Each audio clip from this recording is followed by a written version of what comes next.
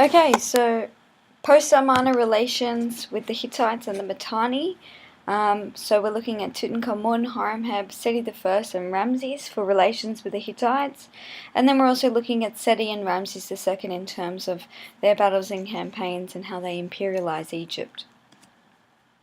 So Tut and Horemheb's relationship with the Mitanni and the Hittite Empire. So Horemheb was more concerned with the country's military strategy and defense of Egypt's frontiers. He strengthened Egypt's hold over the Palestinian vassals, despite the lack of interest shown by Akhenaten.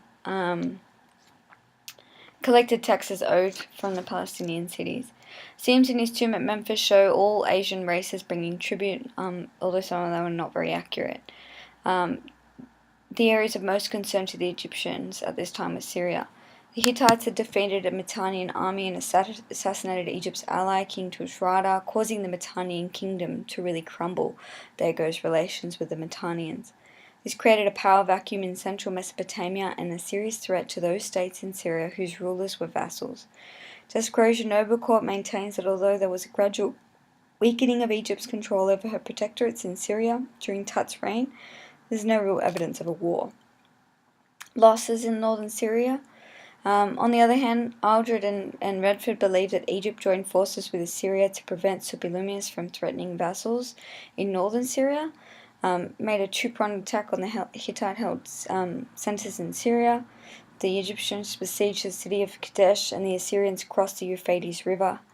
Hittites, although taken by surprise, pushed back the Assyrians and then marched to Kadesh to relieve this siege. Although the Egyptians had retreated, the Hittites crossed into the northern part of the Egyptian empire, attacked the cities, and carried off Egyptian prisoners. So here you can see with relations, the Egyptians are forming alliances with other empires such as the Assyrians against the Hittites, and this is important.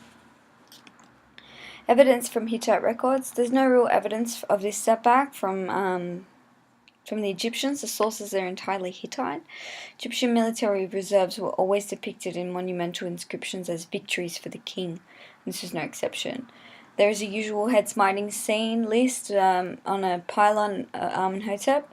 And there's also the painted chest in Tut's tomb, which shows the young king in the traditional warrior king pose, standing as a chariot, reins tied around his waist, shooting arrows at the Asians who are being trampled. This is the scene here, where you can see he is on the horse, trampling over the Asians. This is another one of him as a sphinx, also on, I think, on his chest, like his wooden chest, and he's like a sphinx trampling the Asians. Alright, so Seti's relationship with the Mitanni and the Hittite, and we'll also look at Ramesside imperialism. So this is just a few points that I got down on changing relations with the Hittites. On your Google Drive, there's also a document that has these notes in it. So his relations with the North were aimed at demonstrating that Egypt was a force to be reckoned with.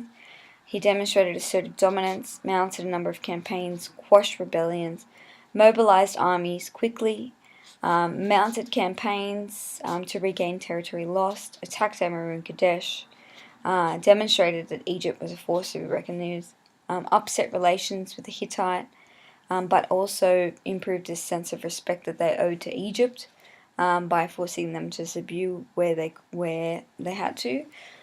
He was also diplomatic with the Hittites towards the end, and in the end signed a peace treaty, it's believed. So, coming to the reign of Ramses, there was peace between Seti and the Hittites. His imperialism, he was very imperialistic with his ambitions. He followed Thutmose III and Amenhotep III. He had a three-step strategy inspired by Thutmose to gain a firm hold of Palestine, control seaports, and launch attacks on central and northern Syria. He had this vision of conquering Kadesh and Amrou. He was always eager to engage in military campaigns and had a well-established army, and this says that he was he had imperialistic tendencies or ambitions. Mounted campaigns in vassal towns that were rebelling very quickly and he wanted to maintain Egypt's sphere of influence. Gained control over Palestine and southern Syria, erected steles to record it. He took more campaigns, and as you can see, he was active in his campaigning. Maintained and regained vassals in the north.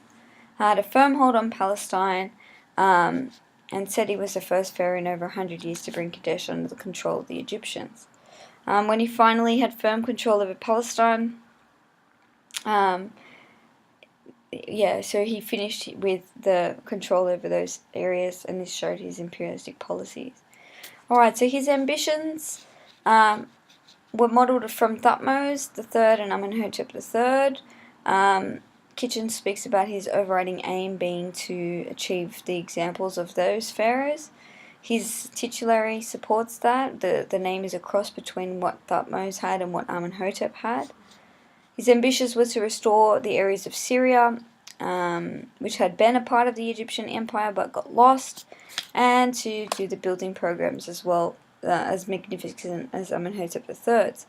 His aim to conquer Kadesh, his ultimate military objective was to conquer the lands of Kadesh and Amaru, but he knew that if he were to achieve his objective, he would have to follow the three-step strategy used by Thutmose III to gain a firm hold of Palestine, to control the seaports along the Phoenician coast, and to launch his attack on central and northern Syria. In his first 6 years, he actually achieved this objective. However, the records on the walls of the Temple of Karnak, which provide an overview of his campaigns, make it difficult to build up a clear chronological picture. His campaigns in Palestine and Phoenicia. When a king came to the throne, often the vassal princes would rebel, and according to records, the Shoshu Bedouin rebelled when Seti came to power. The hostile Bedouin chief captured an Egyptian garrison town. So in year 1, Seti was given this opportunity to lead his army against them, and he did so eagerly and quickly. The record on the wall of the hypostyle hall reveals his pleasure in taking up arms, and this is an inscription from that. So here. There was victory in Palestine and southern Syria. He moved with the 3 divisions of his army against the poorly armed Shoshu near Gaza, and then after erecting a victory stela at Bethshan, he may have re-established Egyptian control over the southern part of the Phoenician coast before returning in triumph to Egypt. So he's got victories happening where he's restoring land, regaining territory lost to Egypt. So in the next 3 years, he led several more campaigns during which he dealt with disturbances in Galilee caused by Epirus, secured the province of Upi, marched up the Phoenician coastline, taking control of seaports, organized the shipment of Egypt's precious cedar from Lebanon, which is to be used for Amun's barge and flagstaffs. He erected 3 more stelae in places he'd conquered. He reaffirmed Egypt's hold on the possessions in Palestine and southern Syria and had control of the Phoenician coastline. He was now prepared to launch an attack on Amaru and Kadesh and face the opposition of the Hittites, who were more formidable than the doughty Mitanni of Thutmose III's day. So you can see here that he is spending his first few years really just attacking and mounting campaigns to regain lost territory, and is successful in doing so. But then there was a threat from Libya. So Kitchen believes that there was an interruption because the Libyans were attacking. There was this influx. They were being pushed east. And this caused, obviously, an interruption towards Seti's campaigns in the north because he had to deal with the Libyans south. So Seti and his forces dealt with the Libyans so effectively that they weren't a serious threat to Egypt for about another 115 years. So the campaign against Amaru and Kadesh, in year 5 or 6, Seti probably launched his attack on Amaru and Kadesh from the Phoenician coastline, following the strategies of Thut III. The reliefs on the walls of the hypostyle hall at the Temple of Amun depict the storming of Kadesh. For this important victory, Seti honoured victory in Palestine and southern Syria, the gods Montu, Seth, and Amun, by erecting a stela, and this links to the warrior pharaoh. Seti was the first pharaoh in over 100 years to bring control. That being said, Muwatalus, the Hittite king, didn't stand to watch his territory be lost, and he also then fought to gain back that territory. So the gains that Seti had achieved in taking back these vassal towns was short-lived. So then, was there a possible agreement? So it's believed that he has signed a peace treaty with the Hittites towards the end of his reign, although there's not mentioned in Egyptian records. Seti seems to have agreed to stop further attacks on Amurru and Kadesh in return for Hittite acceptance of Egyptian control over Palestine and the cities along the Phoenician coastline. Seti knew when to withdraw from the area.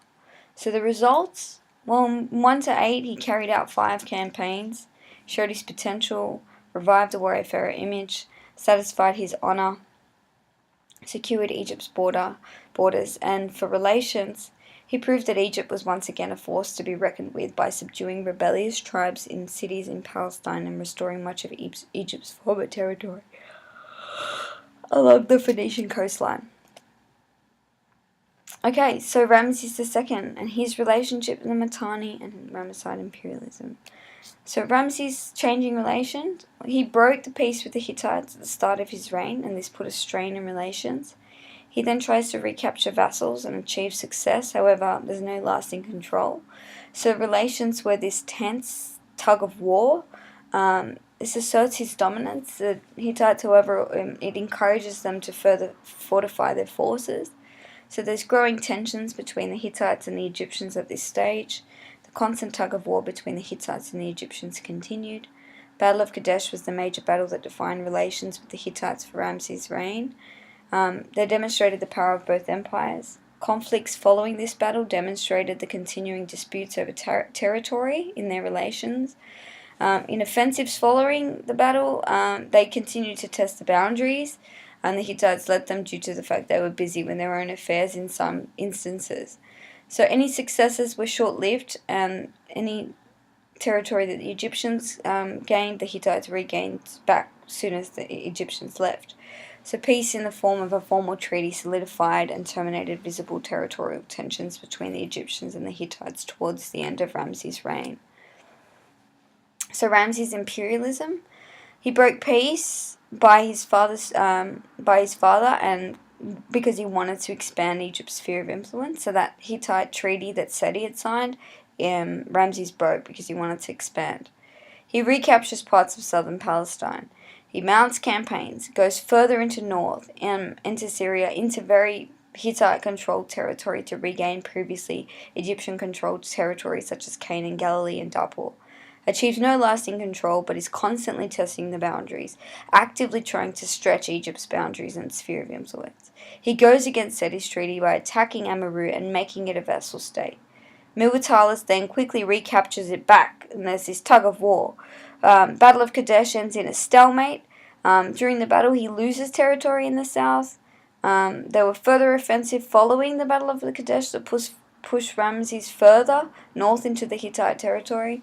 They recapture cities in the Battle of Kadesh. He was succeeding in expanding Egypt's borders, however, the success was always short-lived, and the Hittites were dealing with their own internal administration issues as well. Year 10, he attacked northern Syria, where he was successful, but once again, upon returning, allegiance went straight back to the Hittites. Despite Ramses failing to hold down the area permanently, he did assert his dominance and attempt to expand Egypt's border after a period of relative idleness. He stopped campaigning in about years 11 to 17, and the treaty was recorded in 21. So Northern Campaign in Year 4. His first major Northern Campaign was Year 4. This is where he broke the earlier arrangement made between his father and the Hittite king, which identified their respective spheres of influence in Syria. He recaptured areas of southern Palestine lost in Seti's reign, including north of Gaza, then attacked cities in northern Palestine, Canaan, Galilee, and Dapur. He then attacked Amurru, made it a vassal state, and then Muwatallis quickly recaptured it back. This brought Ramses II into direct conflict with the Hittites at the Battle of Kadesh in Year 5 of his reign. So despite the Battle of Kadesh ending in stalemate, Ramses nevertheless recorded it in a relief and inscriptions as a great victory. He depicted himself as the smiter of the land of the Hittites, as crushing the land of the Hittites. During the next decade, he conducted many more campaigns in Syria and Palestine. But as soon as his armies recaptured the captured cities, he'd return their alliances with the Hittites. They would return their alliances to the Hittites. So he was never able to have any lasting control in the northern areas, even though he was trying. The Battle of Kadesh, we know a little bit about that. It was the major battle between the Egyptians and Ramses II. him seeking to recapture Kadesh in Syria. He invaded with 4 divisions. There was the false reports that he was told they were far off, but they weren't. He was tricked. Too late, the 2 captured Hittite scouts confessed. The Hittites fought at the Egyptian camp.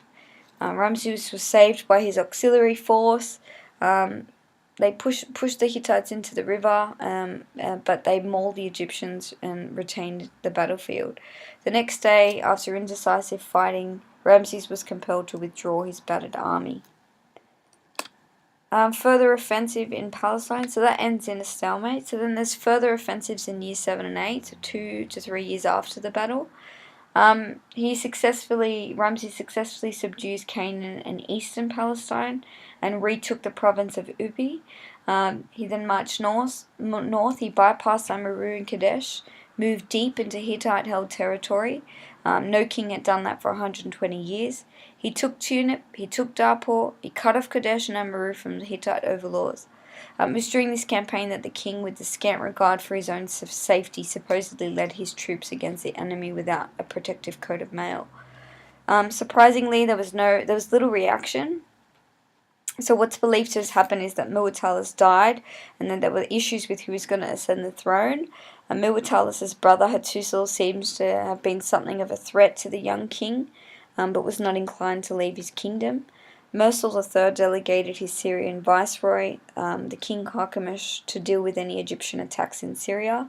So unfortunately for Ramses II, his successes were short-lived, because then as soon as Egypt returned the Tunip and Darpur, these towns that he's captured, returned just back to the Hittites. So then in year 10, Ramses once again attacked northern Syria in another attempt. The captured cities then returned their allegiance as soon as Egypt left. So he really was not able to get any lasting control. So he failed to permanently hold down Syria, northern Syria. He continued these campaigns in Syria. Kitchen believes that despite Ramses' stubbornness and persistence, he must have realized eventually that he couldn't hold it down. Probably began to wind down his campaigns in year 11 and 17. So then we have the peace treaty in year 16. The Hittite king died, triggering a period of political instability. Son, Uri-Teshub, known as Merciless, fled to Egypt, and Hattusilus demanded his return, but Ramses refused. Hattusili then prepared to attack Egypt, but faced the internal rebellion and external threat from Assyria, and changed his plans. He entered into negotiations, and they concluded in year 21 with a peace treaty. This is recorded in cuneiform and hieroglyphics, and you might remember it. So you can see there that Ramses' sort of relations with the Hittites are often tense.